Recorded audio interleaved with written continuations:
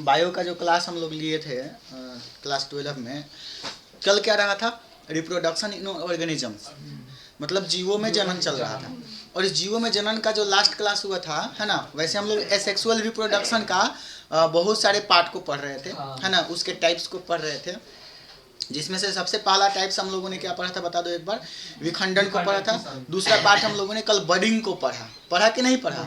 आज का बाबू बेसिकली जो क्लास होगा हम लोगों का ना, वो फ्रेगमेंटेशन हम बताएंगे आपको, और दूसरा आपका जो रीजनरेशन होंगे, और फ्रेगमेंटेशन में क्या होता है बेसिकली, और रीजनरेशन में क्या होता है, उसके बाद स्पोर्स के द्वारा भी हम लोग एसेक्सुअल रिप्रोडक्शन की बात करेंगे। तो सबसे पहला बच्चा हम लोग फ्रेगमेंटेशन की बात करते हैं। कौन चीज़ की बात करते हैं? फ्रेगमेंटेशन। फ्रेगमेंटेशन क्या होता है? फ्रेगमेंटेशन को हम लोग बोलते हैं खंडन। अभी जितनी बातें चल रही है उस सब में बोलो सिंगल पेरेंट भाग ले रहे हैं ना, मतलब यूनिपेरेंटल सेक्सुअल रिप्रोडक्शन की हम लोग बात करते हैं, सेक्सुअल रिप्रोडक्शन की बात कर रहे हैं, ठीक है। मतलब यूनिपेरेंटल का मतलब क्या हो रहा है कि सिंगल पेरेंट भाग ले रहे हैं, ठीक है ना। तो आज जो फ्रेगमेंटेशन का क्लास चलेगा, खंडन का क्लास चलेगा, वो बहुत इंपॉर्टेंट होगा। कहीं ना कहीं फ्रेगमेंटेशन और रीजनरेशन को लोग सेम समझ लेता है ना, बट आप आज इन दोनों में डिफरेंट लगा पाओगे, दोनों में अंतर बता पाओगे और इसको समझ सकते हो। देखो फ्रेगमेंटेशन क्या होता है? फ्रेगमेंटेशन को क्या बोलते हैं हिंदी में बेटा? खंडन बोलते हैं। खंडन का मतलब क्या होता है कि जैसे मान के चलिए कि ये जीव का एक बॉडी है ना, ये दिख रहा है ना, ये मान के चलिए कि एक जीव का बॉडी है, ये जीव का एक क्या है? बॉडी है। और यह बॉडी अगर छोटे छोटे खंडों में बंट जाए, जैसे मान के चलो कि ये इस प्रकार से, ये 4 खंडों में मैंने इसको बांट दिया, 1 खंड, 2 खंड, 3 खंड, इस प्रकार से अलग अलग मैंने खंडों में तोड़ दिया। तो खंडन में क्या होता है कि अब प्रत्येक जो खंड हुआ है ना, वो सब अपन अलग अलग खोए हुए भाग का विकास करके नए संतति का निर्माण करेगा। नए संतति का क्या करेगा? मतलब खंडन का मतलब ही है टूटना, बटना, फ्रेगमेंट होना। और देखिए क्या होगा ना कि जब किसी पेरेंट बॉडी का मतलब क्या होता है? जनक बॉडी का बॉडी जो है, शरीर जो है, कई सारे फ्रेगमेंट में बट जाएगा, कई सारे खंडों में बट जाएगा ना, तो प्रत्येक खंड, है ना, प्रत्येक खंड उससे एक नया बॉडी का निर्माण करेंगे, यानी कि प्रत्येक खंड से एक नए संतति का निर्माण होगा, एक नए ऑफस्प्रिंग का निर्माण होगा। बात समझ रहे हो ना? जैसा कि आप यहाँ देख पा रहे हो, जैसे मैंने एग्जांपल लिखा हुआ है फ्रेगमेंट इन फ्लैटवर्म में, जैसे देखिए कि ये पेरेंट बॉडी है, फ्लैटवर्म का कौन सा बॉडी है बेटा? पेरेंट बॉडी है। यह पेरेंट बॉडी क्या हुआ कि 3 भागों में बट गया, जैसा कि आपको यहाँ दिख रहा है 1 2 3। अब ये तीनों भाग जब टूटेगा ना, खंडित होगा, तो तीनों भाग से एक नया फ्लैटवर्म बनेगा, दिख रहा है ना। यानी प्रत्येक खंडित भाग एक नए बॉडी का निर्माण कर रहा है, इसे हम बोलते हैं फ्रेगमेंटेशन। क्या इस जो संतति का निर्माण हुआ है, क्या इसमें 2 जनक भाग लिए? बिल्कुल नहीं। सिंगल पेरेंट के द्वारा ही नया फ्रेगमेंट तैयार हुआ और नए संतति का निर्माण हुआ। बोलो बात समझ में आया कि नहीं आया? अभी एग्जांपल और देख लो, फ्रेगमेंट इन फंगस, ये दिख रहा होगा आपको। जैसे देख मान कर चलो कि ये पेरेंट बॉडी है पूरा, अब देखो यहाँ से फ्रेगमेंट एगो निकला, यहाँ से एक खंड निकला, दिख रहा है ना, यहाँ से एक खंड निकला, और ये प्रत्येक खंड अपने खोए हुए खंड का विकास करके एक नए संतति का निर्माण कर लेगा।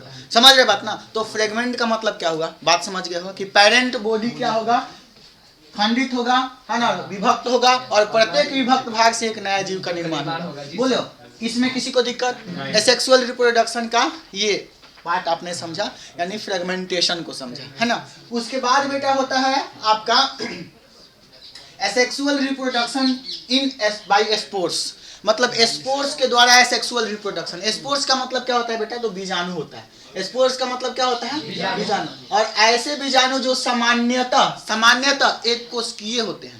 क्या होते हैं बेटा? एक कोशिकीय प्रवर्ध होते हैं, यानी सिंगल सेल्ड होते हैं। अब समझिए बात को, ये बहुत इंपॉर्टेंट है ना, ये एग्जाम में हमेशा आता है, स्पोर के द्वारा सेक्सुअल रिप्रोडक्शन, ठीक है ना। पहली बात की सामान्यतः हम लोग, है ना, जलों में इस चीज के बारे में हम लोग स्टडी करते हैं। ये सामान्यतः जलीय होते हैं। कैसा होते हैं बेटा? जलीय होते हैं, है ना। और दूसरी चीज की डिस्पर्सन में भी हेल्प करते हैं। जो बीजाणु होते हैं, जो एक कोशिकीय बीजाणु होते हैं, वो डिस्पर्सन यानी कि प्रकीर्णन में हेल्प करते हैं, और इससे नए संतति का निर्माण होता है। पहला चीज की बीजाणु क्या होता है? बीजाणु एक छोटे छोटे क्या होते हैं बच्चा? एक कोशिकीय प्रवर्ध होते हैं। जैसा कि आप लोग देखे होंगे शैवालों में, है ना, जैसा कि आप देखे होंगे, आप क्या बोलते हैं, कवकों में, है ना। समझ रहे बात ना? ये सामान्यतः जलीय होते हैं। कैसे होते हैं बेटा? जलीय होते हैं। तो ये एक बोल सकते हैं कि बीजाणु छोटे छोटे कोशिकीय प्रवर्ध होते हैं, यानी कि सिंगल सेल्ड होते हैं। कैसा सेल्ड होते हैं? सिंगल सेल्ड होते हैं। सिंगल सेल्ड का मतलब कि एक कोशिकीय है ना, एक कोशिकीय इनमें प्रवर्ध होता है। समझ रहे बात को ना। और इन बीजाणुओं का जो निर्माण होता है सामान्यतः किसमें देखा गया है? कवकों में, शैवालों में। ये सामान्य है। ये देखिए, हम सामान्य की जब भी करते हैं ना, तो नॉर्मली हम बोल सकते हैं ना कि केवल इसी में नहीं, अन्य में भी हो सकता है, परंतु सामान्यतः जो देखा जाता है बीजाणुओं का निर्माण है ना, स्पोर्स का जो फॉर्मेशन देखा जाता है, वो सामान्यतः किसमें देखा जाता है? कवकों और शैवालों में, जो कि जलीय होते हैं। जो कि क्या होते हैं? जलीय होते हैं। समझ रहे बात को ना। अब ये जो बीजाणु का जो निर्माण होता है वह या तो कवक में हो सकता है या फिर कौन चीज में हो सकता है? शैवाल हो सकता है। ये दो रूपों में देखने को मिलता है सामान्यतः जलों में। एक तो देखने को मिलता है आपका चल बीजाणु के रूप में, और एक देखने को मिलता है अचल बीजाणु के। अब चल बीजाणु क्या होता है? अचल बीजाणु क्या होता है?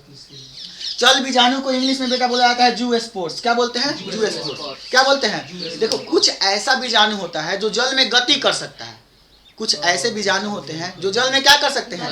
गति कर सकते हैं। और कुछ ऐसे बीजाणु जो होते हैं जो जल में गति नहीं कर सकते। तो जो बीजाणु जल में गति कर सकते हैं उन्हें बोला जाता है चल बीजाणु, यानी मोटाइल, है ना। क्या बोलते हैं इसको? मोटाइल, मतलब कि गतिशील ये होते हैं। और कुछ ऐसे बीजाणु होते हैं जो जलों में गति नहीं कर सकते हैं, यानी कि वो अचल बीजाणु होते हैं। जो बीजाणु एक स्थान से दूसरे स्थान तक जा सकता है, यानी गति कर सकता है, उसे कौन बीजाणु बोलते हैं? चल बीजाणु। और जो गति नहीं कर सकता है उसे कौन बीजाणु? अचल बीजाणु। चल बीजाणु का जो सबसे फेमस नाम है, हालांकि ये इंग्लिश नाम है, इसको जू स्पोर बोलते हैं। क्या बोलते हैं? जू स्पोर बोलते हैं। समझ रहे बात को ना। अचल बीजाणु बोलो, गतिशील होता है कि नहीं होता है? नहीं होता है, अगतिशील होता है। समझ रहे बात को ना। चलो चल बीजाणु पे थोड़ा सा बात करें। हम क्या बता रहे हैं कि बीजाणुओं से नए जीव का निर्माण होगा। सामान्यतः किसमें इस चीज को देख रहे हैं हम लोग?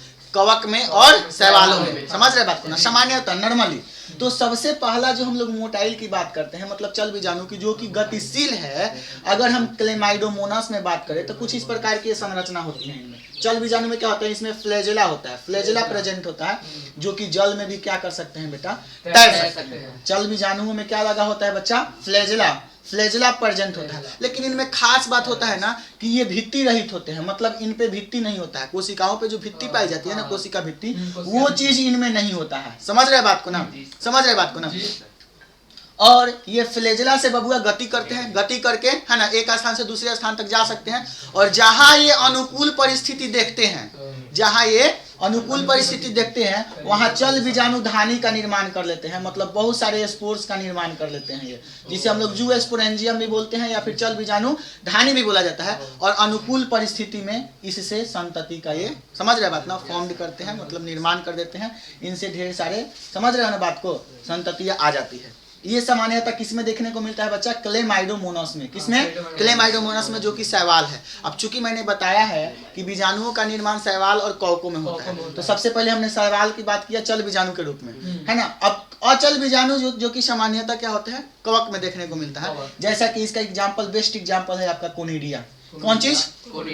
कोनिडिया। इसके अंतर्गत आपका पेनिसिलियम आ जाता है ना। पता है आपको पेनिसिलियम जिससे परितिजैविक बना था, है ना, जिससे लाखों करोड़ों लोगों की जान आज बचाई जा रही है ना। बाद में बताएंगे हम आप लोगों को किस प्रकार के एंटीबायोटिक की तरह काम करता है। तो इसमें क्या होता है? वाल प्रेजेंट रहता है। वाल प्रेजेंट का मतलब कोशिका भित्ति इसमें क्या होती है बच्चा? प्रेजेंट रहती है। किसमें? कौन से बीजाणु में? बताओ तो जल्दी से। कौन से बीजाणु? चल में कि अचल में? चल और अचल में क्या अंतर है? चल जो एक स्थान से दूसरे स्थान तक जा सकते हैं, यानी मोटाइल होते हैं। और अचल बीजाणु जो गतिशील नहीं होते हैं। सामान्यतः किसमें देखने को मिल रहा है? कोनिडिया। और इसमें ये बताओ क्लेमाइडोमोनास, ये भी किस शैवाल जगत से आता है? शैवाल से आता है। और ये किससे? बोलो जल्दी से। ये आपका कवकों से। तो इसका बेस्ट एग्जांपल जैसा कि आपने देखा हुआ है कोनिडिया का, ये वो एक चैन के रूप में मिलते हैं, कुछ इस प्रकार से दिख रहा है ना, ये चेन के रूप में मिल रहे हैं ऐसा। और ये सब कोनिडिया है ना। और ये क्या होते हैं? अनुकूल परिस्थिति देख करके, अनुकूल परिस्थिति जैसे इनको मिलती है, हाँ, ये यहाँ से क्या हो जाते हैं? इनसे ये बीजाणु अलग हो जाते हैं और इनसे नए संतति का क्या होता है? निर्माण। क्या ये चल सकता है? नहीं। ये अचल होते हैं। क्या होते हैं? ये कोशिका भित्ति होती है कि नहीं होती है ना। वाल प्रेजेंट होता है। वाल का मतलब क्या होता है? कोशिका।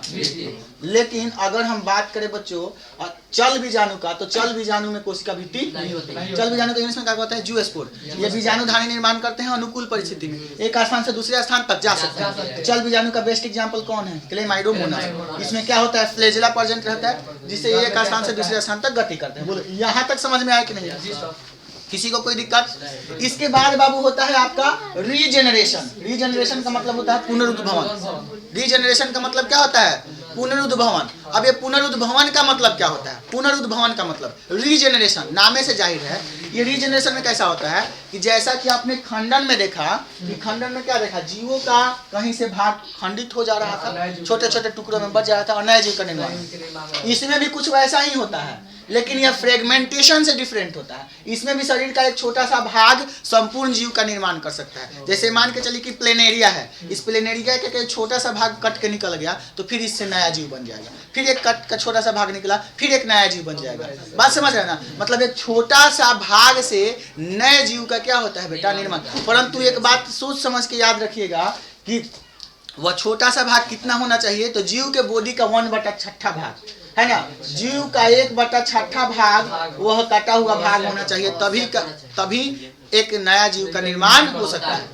बात समझ रहे ना? तो तुम सोचोगे कि सर इसमें भी तो कट के अलग अलग भागों में बढ़ जाया था, नया जीव का निर्माण होता है, परंतु इसमें खास बात है ना कि कितना हो खंड में बढ़ जाए, प्रत्येक खंड यहाँ से नया जीव का निर्माण कर लेगा। परंतु इसमें खास बात क्या होता है कि इसमें खास बात ये होता है कि जीव का 1/6 भाग ही कटा होगा तो उसी से नया जीव बन सकता है। जैसे कि आपका क्या किसमें देखने को मिलेगा? अमीबा में, हाइड्रा में, स्पंज में, प्लेनेरिया में। क्या होता है बबुआ? रीजनरेशन। शरीर के एक छोटे से भाग से संपूर्ण जीव का क्या होता है? निर्माण करता है, या फिर अपने खोए हुए भाग को क्या करता है? एक नया जीव के रूप में बदलता है, यानी कि रिप्लेस करता है। उसको क्या कहते हैं? रीजनरेशन कहते हैं। मतलब replacement of lost part. Replacement of मतलब एक बॉडी है, यहाँ से छोटा सा भाग कट गया तो इसका रिप्लेसमेंट हो जाएगा, मतलब इससे नया बॉडी का निर्माण हो जाएगा। जैसे किसमें देखने को मिलेगा? अमीबा में, हाइड्रा में, स्पंज में, प्लेनेरिया में। परंतु रीजनरेशन का खास बात क्या होता है कि पूरे बॉडी का कौवा भाग होना चाहिए, कटा हुआ भाग 1/6 भाग। किसी को कोई यहाँ तक दिक्कत? लास्ट बच गया आपका बेटा कायिक प्रवर्धन। कौन चीज? कायिक प्रवर्धन। मतलब क्या होता है? कायिक प्रवर्धन का मतलब क्या होता है कि जैसे आलू देखे हो ना, तो आलू का जो आँख होता है ना, उससे एक नया पौधा का निर्माण होता है कि नहीं? एक वेजिटेटिव पार्ट से होता है ना।